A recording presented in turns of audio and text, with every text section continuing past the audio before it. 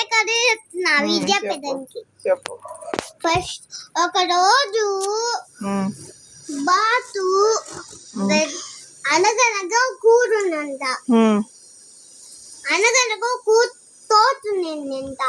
ఆ తోటలో పెద్ద చిన్న ఇల్లు ఉండేదంట. ఇట్లుండేదంట. ఇక్కడ ఉంటది.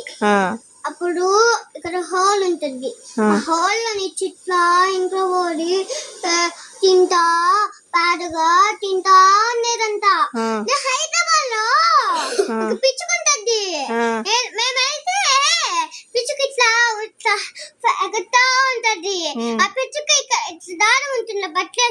బట్టలు ఆడేసుకున్న దారము. అక్కడ ఇల్లు అక్కడంతా చెట్టు ఉంటే దాన్ని తెచ్చుకొని ఇల్లు కట్టుకుంటది. దానిలో హ్యాపీగా ఉంటది. తర్వాత ఇదేంటి పిచ్చుక మా మమ్మీ పెద్దది వంకి సామాన్ తోమేటప్పుడు మమ్మీకి ఆ పిచ్చుకతో కనిపిస్తే నాకు పంపిస్తుంది. అప్పుడు మా అమ్మ ఇక్కడ పిచ్చుక అంటే